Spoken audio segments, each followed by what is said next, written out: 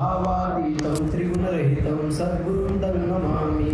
विनायकं गुरुं नौमि साखरे नाम विश्रुतं। येषां चरणसान्निध्यात् जीवा मुक्ता भवन्ति। साखरे वंशविख्यातं ज्ञानदानपरायणं। विनायकं गुरुं वन्दे भवबन्धविमुक्तये। श्रीरङ्गनाथं गुरुराजवर्यं मुमुक्षूणां ज्ञानदानैकदक्षं। प्रभावती क्षेत्रनिवासिनं तं नमामि वेदान्तविदां वरिष्ठं। महायोगपीठे तटे भीमरथ्यां वरं पुण्डरीकाय दातुं मुनीन्द्रैः। समागत्य तिष्ठन्तमानन्दकन्दं परब्रह्मलिङ्गं भजे पाण्डुरङ्गं। कलावज्ञजीवोद्धरार्थावतारं कलाङ्काङ्कतेजोदिकामोदिवक्त्रं। खलानीशवादापनोदार्हदक्षं समाधिस्थमूर्तिं भजे ज्ञानदेवम्। तैसी असताची व्यावृत्ती सत्मनो आली श्रुती। जडाची समाप्ती चिद्रूप ऐसे दुःखाचे नि सर्वनाशे। उरले ते सुख ऐसे निगदिले निश्वासे प्रभूचे नि। अमृतानुभवातली 5व्या प्रकरणातली 10वी आणि 11व्या क्रमांकाची ही ओवी आहे। वास्तविक हे अमृतानुभवावरील प्रवचन नसून आमचा जो पाठामध्ये विषय चालला त्या ब्रह्माच्या किंवा आत्म्याच्या प्रत्येक आत्म्याच्या सच्चित आनंद रूपाबद्दल जे श्लोक क्रमांक 22 आणि 23 याच्या 22व्या श्लोकामध्ये आत्मा हा सद्रूप कसा आहे, 23व्या श्लोकामध्ये आत्मा हा ज्ञानरूप कसा आहे हा विषय सांगितला। 24व्या श्लोकामध्ये त्याच्या सुखरूपाबद्दल त्याच्या आनंदरूपत्वाबद्दल विवेचन केलं। ह्या मूळ असणाऱ्या ग्रंथाच्या श्लोकाच्या त्या टीका जी आहे संस्कृत टीका, त्या टीकेवर गुरुवर्य महाराजांनी जो टीका भावार्थ लिहिला आहे त्याचा जो काही 2-3 पाठामध्ये अभ्यास केला त्याचा विचार मी आपल्यापुढे अनुवाद करण्याचा प्रयत्न करणार आहे। मला काही हसवता येत नाही, जमलं तर झोपवण्याचा प्रयत्न करेल। त्याच्यानंतर दुसरी गोष्ट अशी, आत्मा हा आनंदरूप आहे हा विषय विचारसागराच्या 4थ्या तरंगाच्या जो 4थ्या हेडिंगमध्ये आत्मानंदाची सिद्धी तिथे सांगितला। आणि मग त्याच्यानंतर त्या मथळ्यावर शंका समाधान असं जिथं आपल्याला मिळू शकतं असं असणारं दुसऱ्या तरंगातलं दुसरा मथळा किंवा 6व्या तरंगातला 37वा मथळा, याच्यामध्ये जे काही शंका समाधान या आत्मानंदाच्या सिद्धीवर सांगितले ज्याच्यामुळे की आत्मा हा आनंदरूपच आहे असं सिद्ध होतं, त्याचा विचार मी एकंदर सांगण्याचा प्रयत्न करणार आहे। सुरुवातीला अद्वैत मकरंदाच्या 22व्या श्लोकामध्ये जे आत्मा हा आपण सद्रूप आहे किंवा ब्रह्म हे सद्रूप आहे असं सांगतो।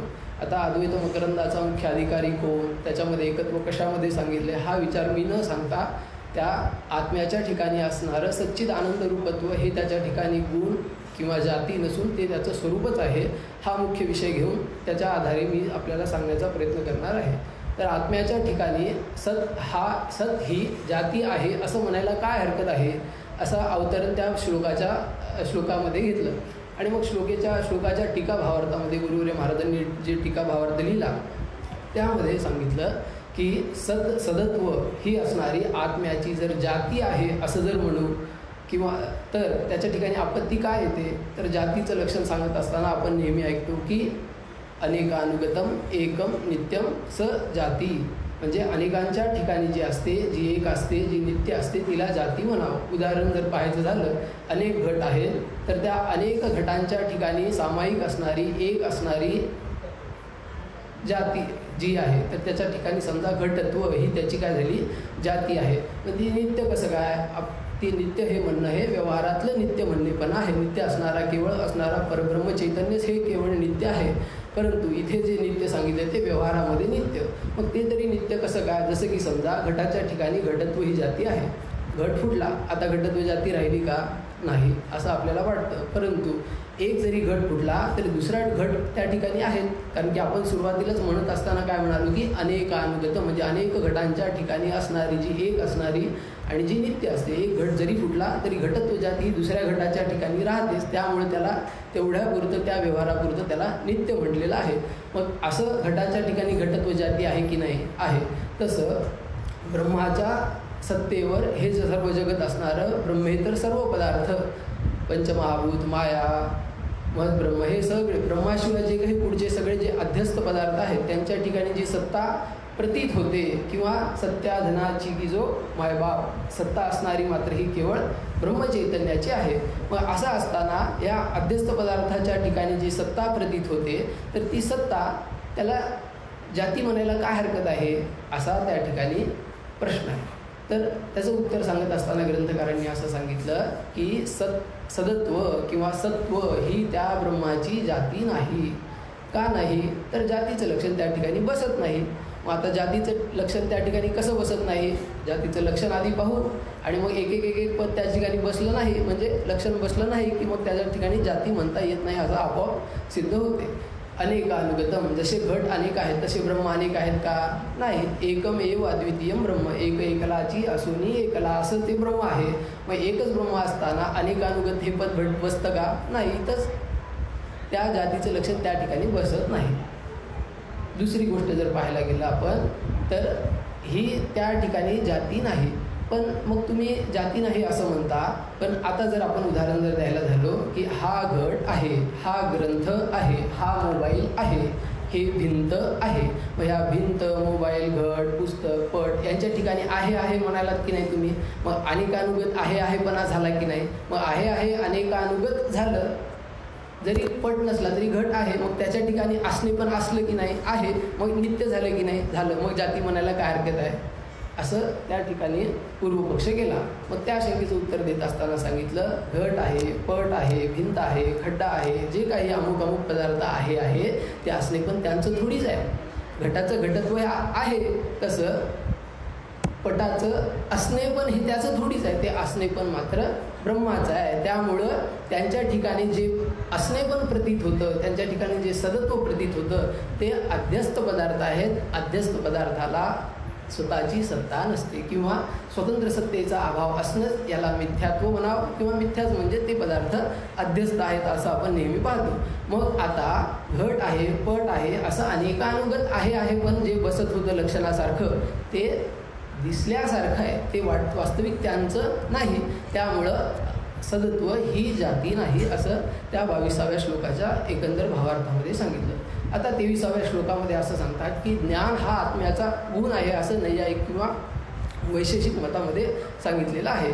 जेव्हा आत्म्याचा अदृष्टसहित अशा मनाचा जेव्हा त्या आत्म्याशी संयोग होतो तेव्हा त्या आत्म्याच्या ठिकाणी ज्ञान नावाचा गुण उत्पन्न होतो. एरवी आत्मा असणारा जड आहे असं त्यांच्या मतामध्ये बरं का. आता हे जे काही बोलत असू तुम्ही आता आपण पाठ ऐकतोय आश्रमात, त्यातल्या त्यात मंडपात, तर त्यामुळं बोलत असताना हा पूर्वपक्ष आहे का उत्तरपक्ष आहे ते तुम्ही तुमचं लक्षात ठेवायचं. मी सांगत असताना अनुवाद रूपाने हा पूर्वपक्ष हा उत्तरपक्ष असं सांग, जिथं कुठं असं दाताखाली खडा आला असं वाटलं की पूर्वपक्ष असं समजायचं. कारण की आपण जे काही आश्रमामध्ये ऐकतो ते एकदम बिनचूक आणि बोधसंपन्न महात्म्यांच्या मुखातून ऐकतो. त्यामुळं आपल्याही ऐकण्यामध्ये काही चूक नाही. बोलणाऱ्याची जर काही चूक झाली तर ते त्याचा वाणीचे दोष असं समजायचं. तर आता सांगत होतो की आत्मा हा ज्ञानरूप आहे का नाही, ज्ञान हा त्याच्या ठिकाणी गुण उत्पन्न होतो असं पूर्वपक्षाचं म्हणणं आहे. मग गुण उत्पन्न होतो तर ज्ञान हा देखील त्याच्या ठिकाणी असणारी जाती म्हणा, हा त्याचा गुण म्हणा असं त्या श्लोकामध्ये सुरुवातीला अवतरण केलं की या श्लोकामध्ये काय सांगणार आहे पुढं, की या शंकेचं खंडन करणार आहे. त्यामध्ये दोन गोष्टी येतात.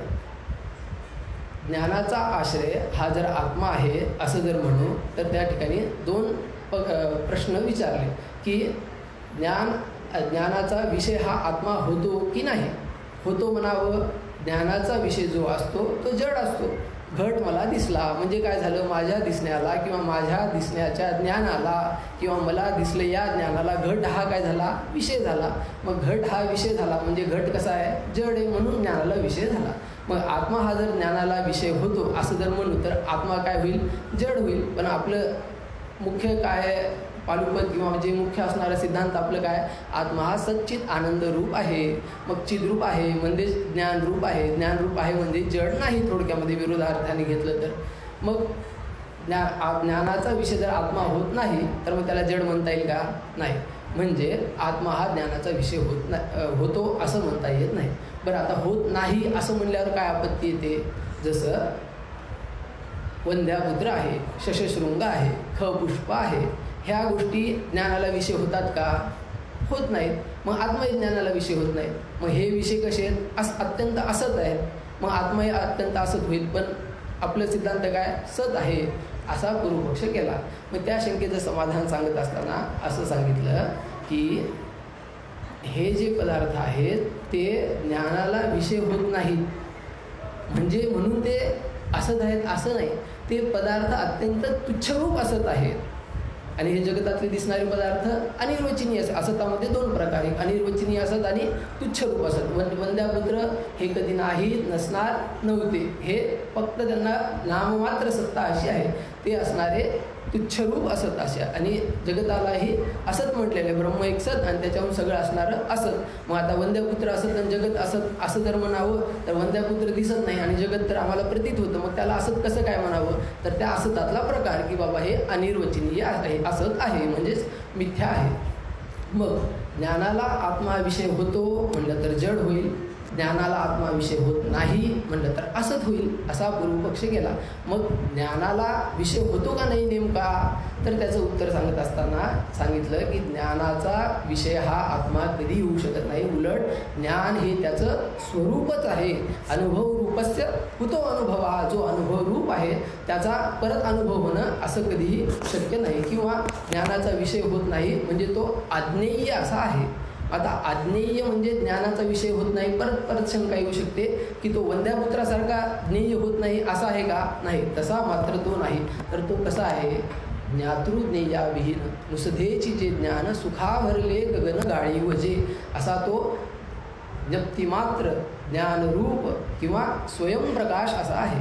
स्वयंप्रकाशाची व्याख्या किंवा माऊलींची जे पहिलं ज्ञानेश्वरीच्या ज्या पहिल्या 2 ओव्या आहेत काय, ओम नमो ज्याद्या वेद प्रतिपाद्या जय जय स्वसंविद्या आत्मरूपा देवा तुची गणेशू सकलार्थमती प्रकाशू म्हणे श्री निवृत्तीदासू अवधारितो. आता ह्याच्यामध्ये एक स्वसंविद्या पद वापरलेलं आहे आणि सकल अर्थमती प्रकाशू हे पद वापरलं आहे. या दोन्ही पदांना मिळून स्वयंप्रकाश असा अर्थ त्या ठिकाणी निघतो. स्वयंप्रकाशाची व्याख्या आपण नेहमी पाहत असताना काय म्हणतो की जो सर्वांचं प्रकाशन करून आपल्या प्रकाशनामध्ये अन्य कोणाचीही अपेक्षा करत नाही. सर्वांचं प्रकाशन करतो म्हणजेच काय? सर्वांचं प्रकाशन करतो. मग आता सर्व म्हणजे काय? काही संप्रदायामध्ये किंवा आपल्या वारकऱ्यांमध्येच काही ज्ञानेश्वरीमध्ये सकल अर्थप्रकाशू असा उल्लेख आहे किंवा काही ठिकाणी सकल मती प्रकाशू असा उल्लेख असेल, परंतु आपल्या ज्या साखरे महाराजांच्या सांप्रदायिक ज्ञानेश्वरीमध्ये सकल अर्थ मती प्रकाशू, हा मती आणि अर्थ या दोघांचंही प्रकाशन करणारा तो असा स्वयंप्रकाश असा तो आहे. मग आता तिथे अर्थ आणि मती हे म्हणायचं कारण काय? थोडक्यामध्ये एका मिनिटात जर पाहायचं झालं, अर्थ म्हणजे हे घटपटादी दिसत असणारे सर्व पदार्थ, या पदार्थांचं प्रकाशन कोण करतं? घटपटाच्या पदार्थांच्या अस्तित्वाचा व्यवहार कोण करून देतं आपल्याला? वृत्ती करून देते. मग त्याबरोबर त्या वृत्तीचं तरी प्रकाशन कोण करतो अशी शंका येईल की नाही? बरोबर. आत्मा हा असणारा असंग निर्विकार आहे, त्याच्या ठिकाणी कुठलाही व्यवहार होत नाही. मग ज्ञानाचा व्यवहार तर होतो, अस्तित्वाचा व्यवहार तर आता तुम्ही माझ्यासमोर बसलाय हे मला दिसतंय किंवा मी तुमच्या समोर आहे हे दिसतंय, हे पण हे व्यवहार कोणामुळे झाला? हा वृत्तीमुळे झाला. म्हणजे माझं प्रकाशन हे आत्म्यानेच केलं, पण माझं प्रकाशन करण्यासाठी जी सहाय्यक आहे ती असणारी वृत्ती, तिचं तरी प्रकाशन कोण करतो? तर तिचंही प्रकाशन करणारा मात्र आत्माच आहे. म्हणजे मतीचंही म्हणजे मतीनाम वृत्ती, वृत्तीचंही प्रकाशन करणारा आत्माच आणि सकल अर्थांचं प्रकाशन करणारा आत्मा. आत्मा ब्रह्म हे एकच आहे, त्याच्यामध्ये काही भेद नाही. म्हणून सकल अर्थमती प्रकाश म्हणजे सर्वांचं प्रकाशन करतो. आता दुसरी गोष्ट अशी येते की स्वतःच्या प्रकाशनामध्ये अन्याची अपेक्षा करत नाही, म्हणजेच त्याला स्वसंवेद्या असं म्हटलंय. मूळ दादांच्या ज्ञानेश्वरीमध्ये स्वसंवेद्या या शब्दाचा अर्थ करताना स्व असंवेद्य असा अर्थ केलेला आहे. पण आता ह्याच्यामध्ये ज्यांनी शास्त्रांचा थोडा सखोलतेने अभ्यास केला त्यांना अशी शंका येऊ शकते की स्वतःला जाणण्यास असमर्थ असा स्व असंवेद्य अशी शंका येऊ शकते. परंतु मग स्वतःला जाणण्यास किंवा स्वसंवेद्य असं जरी केलं तर स्वतःला संवेद्य स्वतः त्याचं तो प्रकाशन करून घेतो असं जर म्हणून एवढ्यावर जर आपण थांबलो तर हे प्रभाकर मतासारखं होतं. त्यांनी आत्मा हा चिज्जडवाद ते मानतात की काही अंश जसा काजवा प्रकाशमान आहे, काही अंशामध्ये असणारा प्रकाशहीनही आहे. म्हणजे एकच काजवा प्रकाशहीन पण प्रकाश नाही असा तो आहे, तसा आत्मा ते मानतात. मग काय, स्वतःला स्वतः जाणण्यास असमर्थ असं जर म्हणलं तर किंवा स्वतःला स्वतः जाणण्यास योग्य इतकं जर म्हणून थांबलं तर त्याचा अर्थ काय होतो, स्वसंवेद्य म्हणण्याचाच अर्थ तो स्वतःला स्वतः जाणण्यास योग्य आहे, म्हणजे स्वतःला विषय होतो असा अर्थ नाही.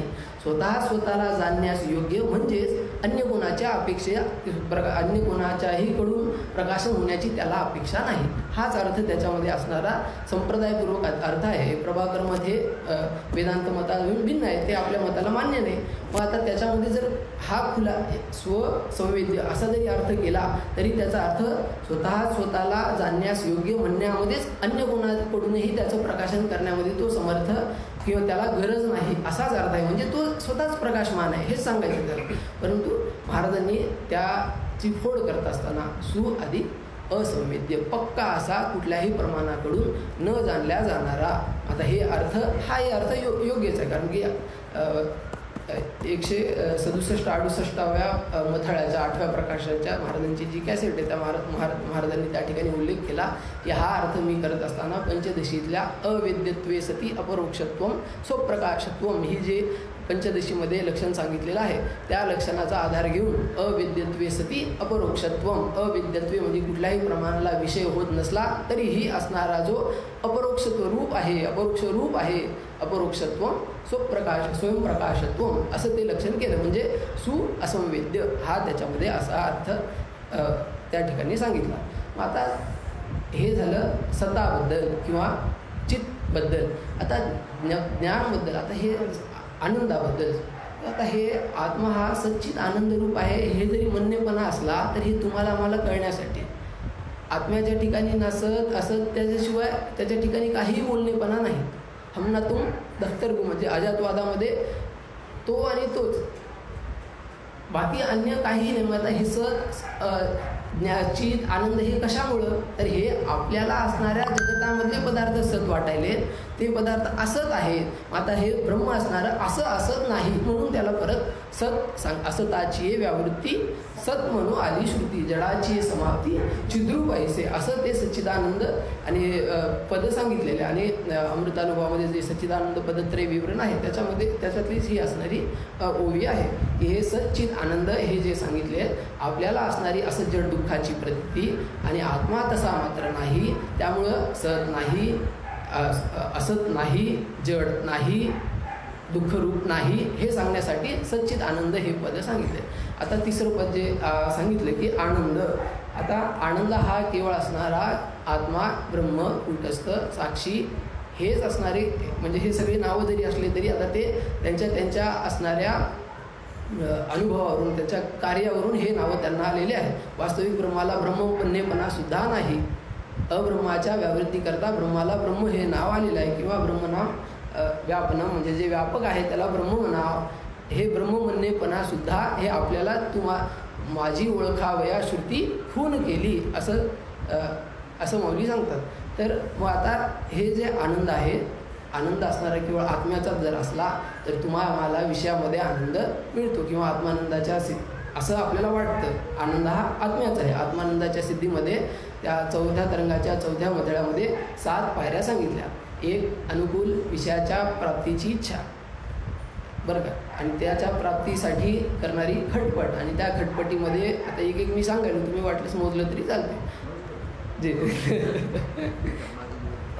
अनुकूल विषयाच्या प्राप्तीची इच्छा होणं, त्याच्या प्राप्तीच्या मागे खटपटीला लागणं, ती खटपटीला लागली की अंतःकरणाची वृत्ती चंचल होते आणि अंतःकरणाच्या वृत्ती चंचल होते आणि जेव्हा तो इच्छित विषय प्राप्त होतो, इच्छित विषय प्राप्त झाल्यानंतर अंतःकरण वृत्ती स्थिर होते.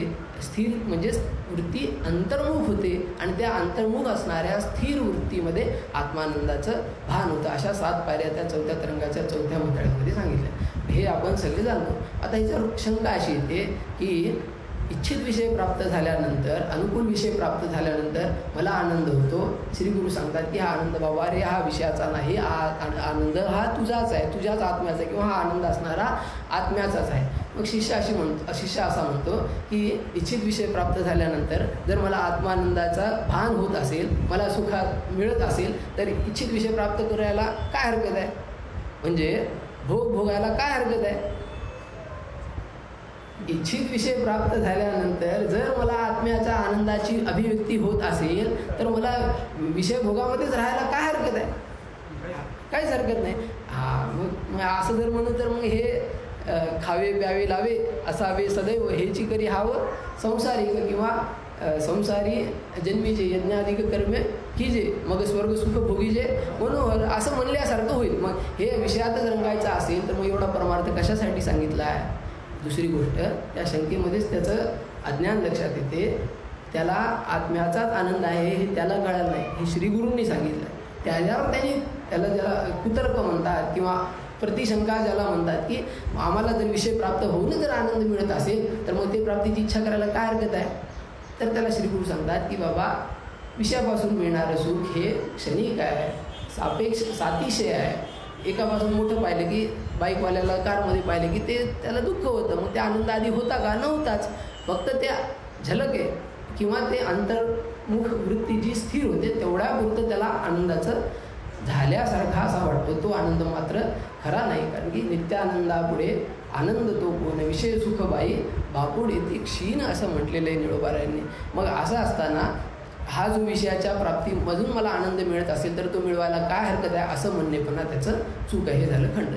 दुसरी शंका तो असं म्हणतो की मला एखादा विषय इच्छित विषय प्राप्त झाला, त्या काली माझी अंतःकरणाची वृत्ती स्थिर झाली, त्यामध्ये आत्मानंदाचं जर भान झालं आणि मग ज्या क्षणी पहिल्या क्षणी इच्छित विषयाची प्राप्ती, दुसऱ्या क्षणी वृत्ती स्थिर झाली अंतःकरण, त्याच क्षणी आत्मानंदाचं भान, ते दोन्ही तिन्ही गोष्टी एका क्षणी होतात. त्यामुळे आपल्याला विषयात आनंद आहे असं वाटते. तर मग असं जर होत असेल तर दुसऱ्या क्षणात तर इच्छित विषयाची प्राप्ती नाही तरी आत्मानंदाचं भान आहे,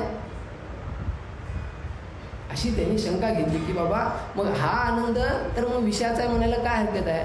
तर श्री गुरूंनी तिथं सांगितलं की जेव्हा तुझी इच्छित विषयाची प्राप्ती तुला झाली त्या काळी तुझी वृत्ती असणारी ती सत्वगुणाची वृत्ती झाली, त्या पदार्थाच्या ज्ञानाकार वृत्ती झाली. एक वृत्ती गेली विषयाकार झाली, दुसरी वृत्ती गेली विषयाकार झाली, पुन्हा आली, असं गेली आली हे म्हणणे पण आहे. वृत्तीचा प्रवाह हा सदोदित असतो. मग ज्या क्षणी विषयाकार वृत्ती झाली, इच्छित विषयाकार झाली आणि दुसऱ्या क्षणी वृत्ती मग स्थिर होती, म्हणजे तिथं विषयाकार नव्हती का? नाही, विषयाच्या ज्ञानाकार वृत्ती त्या ठिकाणी होती. असं त्या 6व्या तरंगाच्या 37व्यामध्ये म्हणजे त्या ज्ञानाकार वृत्ती आहे, म्हणजे सत्वगुणाची त्या ठिकाणी वृत्ती आहे. मग आता असं तुम्ही म्हणता की ज्ञानाकार त्या विषयाच्या ज्ञानाकार वृत्ती झाल्यावर मला आत्मानंदाचं भान होते, तर मी सहज असं हे झाड पाला पाचोळा हे सगळंच बघायलो, या विषयाच्या ज्ञानाकार तर माझी वृत्ती आहे, मग मला आनंद का होत नाही? उलट प्रतिकूल माणूस बघितला तर दुःख होते. तुम्ही तर सांगता की इच्छित विषयाच्या ज्ञानाकार, मग तिथं परत विषय जो धरला आहे तो पहिल्यांदा अनुकूल धरायचं, त्याला धरूनच पुढे जायचं. मग अनुकूल विषय, आता हे जे काही पदार्थ कसे असतात, अनुकूल असतात, काही पदार्थ प्रतिकूल असतात, काही पदार्थ उपेक्षित असतात म्हणून सांगले. पाला पाचोळा ते असला काय नसला काय माणसाला काही सुखही वाटत नाही, दुःखही वाटत नाही. मग त्या पदार्थाच्याही ज्ञानाकार वृत्ती झाली, मग तेव्हा आत्मानंदाचं भान का होत नाही? तर त्याचं उत्तर श्री गुरु सांगतात की त्या विषयाच्या ज्ञानाकार वृत्ती आहे, अनुकूल विषय आहे, पण तुझी वृत्ती अंतर्मुख नाही, त्यामुळे तुला त्या विषयाचं ज्ञान होऊन देखील आत्मानंदाचं भान होत नाही. म्हणजे अनुकूल विषय पाहिजे, वृत्ती अंतर्मुख पाहिजे, या दोन्ही तिन्ही गोष्टी मिळून आल्या तरच आत्मानंदाचं भान होतं. पण खरं सांगायचं जर झालं तर तुमचा आमचा अनुभव हा आहे की एक विषय गेला की लगेच दुसऱ्या विषयाच्या मागे हवं लागते. माणसाला वाटतं मला अमुक इतके रुपये आज मिळाले की समाधान, पण तुम्ही व्यवहारामध्ये पाहून पहा की एवढे रुपये ज्याला मिळतात तो तरी समाधानी आहे का? याचा अर्थ ते विषय मिळवण्यामध्ये आनंद नाही, हे शास्त्राला सांगायचं की तुला विषय जेव्हा प्राप्त होतो तेव्हा जो आनंद होतो ते विषयाचा नाही तर आत्म्याचा आनंद आहे, हे सांगायचं मुख्य. विषयापासून परावृत्त करायचं आहे श्रीगुरूंना. पण शिष्य काय अर्थ काढतो त्याच्यामध्ये की विषयाकार वृत्ती झाल्यानंतर, इच्छित विषय प्राप्त झाल्यानंतर मला आत्मानंदाचं भान होत असेल तर विषय सेवन करायला काय हरकत आहे? याला म्हणायचं कुतर्क.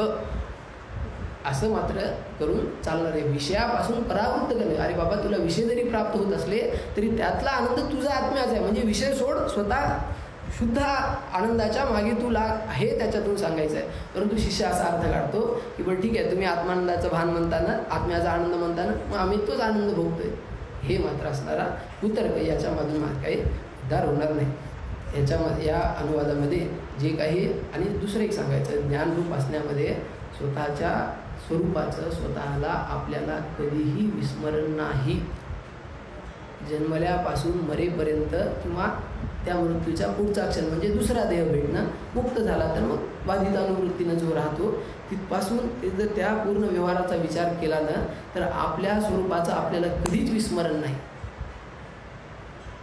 सर्वांच्या हृदयदेशी मी अमुका जरी म्हणत असलो तरी मी मात्र म्हणतो की नाही, झोपेत मी सुखानं झोपलो होतो, मला काही कळत नव्हतं, हे जाऊ द्या, मी सुखाने झोपलो होतो म्हणजे आनंदाचं भान त्याला आहे. मग आनंदाचा तिथं असणारा भोगता तरी कोण आहे? भोगता नाही, भोग्य नाही, विशेष नाही, त्रिपुटीच नाही. त्रिपुटी सगळी अज्ञानामध्ये लीन झालेली आहे सुषुप्तीमध्ये, तरी दुसऱ्या दिवशी मी सुखाने झोपलो होतो म्हणतो की नाही. याचा अर्थ तो तिथं होता जो आत्ता व्यवहार करतो, किंवा त्या काळी जे अधिष्ठान होतं जागृतीमध्ये तेच अधिष्ठान तिथे, फक्त त्याचे नाव असणारे विश्व, तेजस, प्राज्ञ हे बदलत राहतात आपल्या व्यवहाराकरता, पण त्याच्या असणारा साक्षी मात्र ते आपलं असणारं स्वरूप आहे. हा निश्चय मी सच्चिदानंद रूप आहे. तीन अवस्थांची जी जी जी.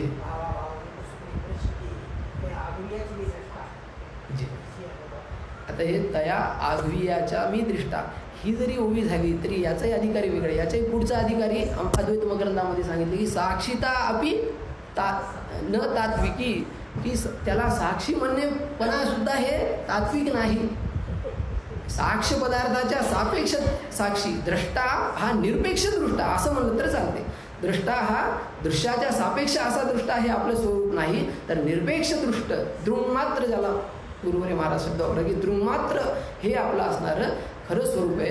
आणि हा स्वरूपाचा बोध होण्यासाठी श्री गुरूंची शरणागती, अधिकारानुसार ते आपल्याला जसा जसा उपदेश करतात आणि नेमका ते उपदेश मात्र अधिकारानुसारच करतात. उपदेश हा तत्वमसी वाक्याचा पाहिजे, पूर्वाधिकार संपन्न परोक्ष ज्ञान विशिष्ट, ज्याचा असं एकाग्रचित्तसहित अंतःकरण ज्याचं झालंय अशाला सद्गुरूही पाहिजे, शिष्यही पाहिजे, उपदेशाचं वाक्य महावाक्यही पाहिजे, असं तिघांची भेट निवडून आली. त्याला कानावचनाची भेटी, सरिसाची पैगिरिटी, वस्तू होणी उठी कौन होई गुजो, अशा तिघांची भेट झाली की तो वस्तू रूपाला प्राप्त होतो. अशी शंका येते की गुरुवरे महाराजांनी आम्हाला 10 वर्षाखाली उपदेश केला, आम्ही घरी गेलो, मग आता आम्ही मुक्त होणार नाही का? आम्हाला तर कानावचनाची भेटी झाली नाही.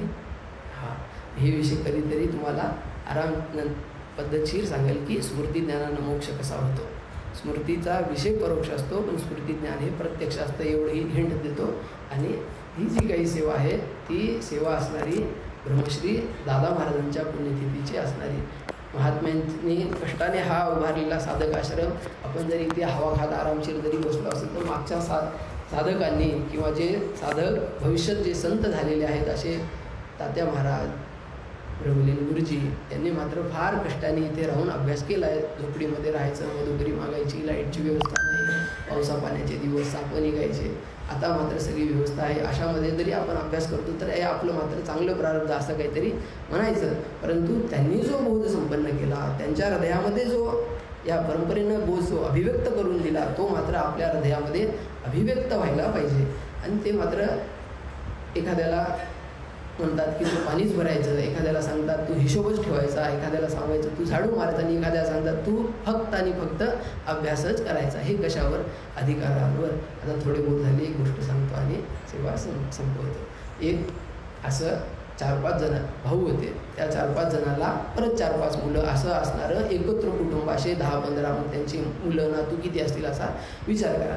आणि मग ते एवढा मोठा असणारा पाटील, त्या पाटलाच्या घरी एकाने आपल्या घरची पोरगी दिली की बाबा एकदम सधन आहे, संपन्न आहे, सगळे घरंदाज आहे, दिली मुलगी. आणि काही दिवसांनी त्या मुलीच्या घरी गेला तर ती मुलगी मात्र सगळ्या ते नातू जे होते, मुलीची मुलं, त्याची मुलं, हे मुलं, त्या सगळ्यांचं शी सू हे मात्र ती सून करायची.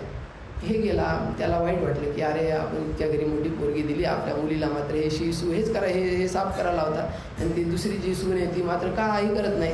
जाती गावामध्ये हळदी कुंकाचा कार्यक्रम असला तर प्रतिनिधी, पूर्ण कुटुंबाचा प्रतिनिधी म्हणून एकटी जाते, ती छान राहते, एक राहते, ती नुसतं घराचा असताना मात्र हिशोब करते. मग त्याला असलं वाईट वाटलं आणि मग त्याने त्या व्याह्याला सांगितलं की बाबा आम्ही मुलगी दिली, आमची मुलगी अशी एवढी शिकलेली आहे, तुम्ही तिला हे असे खालचे कामं लावता, हे काही बरोबर नाही. ठीक आहे म्हणे, तुमच्या इच्छेप्रमाणे हिला मोठं काम देतो, पण पैशाचा हिशोब दिला, सगळा खेळ खोळंबा करून ठेवला. आणि मग जे पाहुणे म्हणून ज्या घरी जातात ते जायला तिला पाठवलं. तिथं गेली, घरचं नाक कापून आली ती. आता ती म्हणजे तुम्ही सांगा हिला काय काम लावायचं.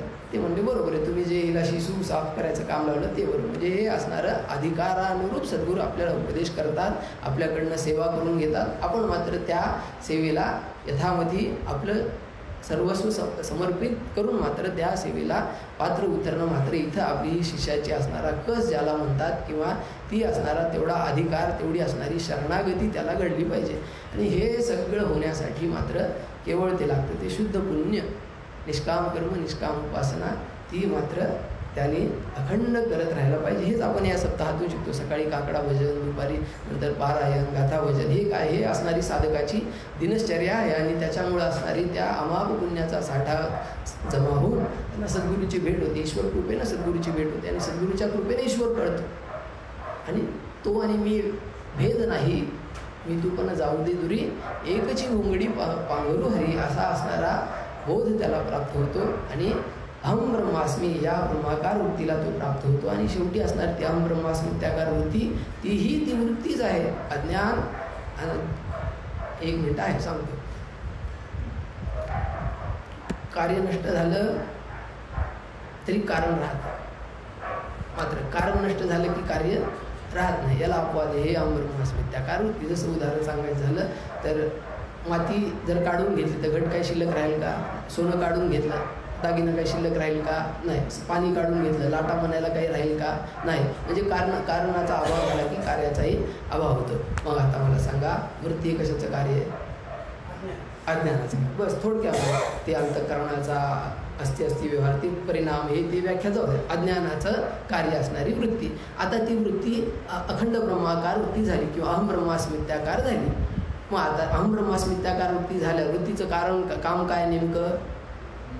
वृत्तीचं काम काय? अज्ञान निवृत्ती फलदर्शनात, अज्ञान निवृत्ती करणे. आता अज्ञानाचं कार्य वृत्ती, आणि वृत्ती ब्रह्माकार झाली किंवा घटाकार जरी झाली तर ती कोणाला निवृत्त करायली? त्याच्यामध्ये त्याचं जे असणारं आवृत असणार, जे अज्ञानाचं आवरण आहे, त्या आवरणाला दूर करायला. आता बघा, अज्ञानाचं कार्य वृत्ती, आणि वृत्तीच अज्ञानाला निवृत्त करायला आणि स्वतःही निवृत्त व्हायला. हे अजब आहे की नाही? म्हणजे अखंड ब्रह्माकार वृत्ती, जसं की मतलब कि घटाकार वृत्ती से घटवचिन्न चेतनस्था ज्ञान की निवृत्ति होवे है, वैसे ही अखंड ब्रह्माकार वृत्ती से निर्वचिन्न चेतनस्था ज्ञान की निवृत्ती होवे है. अखंड ब्रह्माकार वृत्ती झाली सद्गुरूंच्या महावाक्याच्या उपदेशाने, तत्त्वमसी महावाक्याच्या उपदेशाने मी ब्रह्म आहे म्हणजे अशा आकाराकार वृत्ती झाली. मग ते अज्ञानाचं आवरण गेलं. ती अज्ञानाचं आवरण गेलं म्हणजे आधी काय गेलं?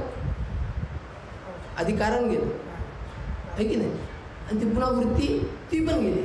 हे असणारं घटापटाच्या बाबतीत आणि अज्ञान आणि वृत्तीच्या बाबतीमध्ये असणारं अपवादात्मक किंवा हे विशेष असं अजब असं काहीतरी आहे.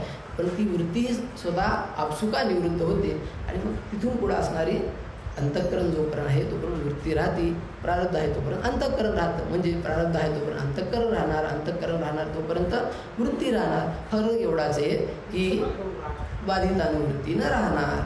बाधित अनुवृत्ती म्हणजे दिसलं ते बाधित. आता काय आपल्याला सवय किंवा अज्ञानी लोकांना काय सवय? जे दिसलं ते सत्य, दिसलं ते सत्य. पण ज्ञानी पुरुषांना काय? पाहिलं ते मिथ्या, पाहिलं ते मिथ्या. ह्याच्याही पुढे जाऊन जैसे पूर्व दिशेच्या रावळी उदया येताची सूर्य दिवाळी, येरी दिशा आहे तिची काळी काळीमा नाही. जसं पूर्व दिशेला एका कोपऱ्यामध्ये जरी सूर्य उगवला की हळूहळू असणारा सगळीकडं प्रकाश पसरतो. येरी दिशा तिची काळी काळीमा नाही, कुठंच अंधार शिल्लक राहत नाही. तैसा तैसा विवेक वधू चित्ती, तयासी भेदू कैसा तरी जगती, देखे आपुलिया प्रतिती जगची मुक्त. त्याला असणारं जगतसुद्धा मात्र तो स्वतः मुक्त या अवस्थेला प्राप्त झाल्यानंतर त्याला जगसुद्धा मुक्तच आहे किंवा मी ब्रह्म आहे. त्यामुळं हे जे जे दृष्टी दिसते ते ते हरिरूप आणि मी वेगळा का नाही. मी आदौ ब्रह्मास्मी इति अनुभव दिते खलविदम ब्रह्म पश्चात असं सांगितले की म्हणजे सुरुवातीला मी ब्रह्म आहे असा त्याचा निश्चय होतो आणि जे जे दृष्टी जे जे त्याला प्रतीत होतं ते सुद्धा ब्रह्मरूपच आहे. माझं त्याच्यामध्ये काहीही भेद नाही असा तो व्यापक. म्हणजे सुरुवातीला अनित्यत्वाचा निश्चय, मिथ्यत्वाचा निश्चय आणि त्याच्यामध्ये असणारा आत्मत्वाचा किंवा अभेदाचा असणारा त्याचा निश्चय असो, अशी अवस्था तुम्हा आम्हाला या जन्मात मरणाच्या खूप पूर्वी, ज्याच्यामध्ये आपल्याला जीवनमुक्तीचा विलक्षण आनंद मिळत राहील, अशी प्रार्थना आपण दादांच्या चरणी करू. झालेली सेवा श्री गुरु सावकार भावांच्या चरणी, गुरुवर्य महाराजांच्या चरणी, मालक नानाजी, आईसाहेब सर्वांच्या चरणी, आमच्या आईवडिलांच्या चरणी ही सेवा समर्पित. याच्यामध्ये काही बोलण्याच्या ओघामध्ये काही चुकलं असेल तर प्रक्रियेमध्ये काही झालं नाही, ते आपल्या त्यात काही शंका नाही, पण बोलण्याच्या ओघामध्ये काहीतरी चूक होऊ शकते, ते माझ्या वाणीचे दोष. म्हणून आपण उदाहरण माफ करा. याच्यामध्ये छान जे काय आहे ते सावकार भावांकडे मी राहून जे काही शिकलो त्याचं हे असणारा अनुवादरूपी सेवा केलेली आहे. सेवेला पूर्णविराम. कुंडलिक वरदारी विठ्ठल श्री ज्ञानदेव तुकाराम विठ्ठल. कुंडलिक वरदारी विठ्ठल श्री ज्ञानदेव तुकाराम. श्री सद्गुरु साखरे महाराज.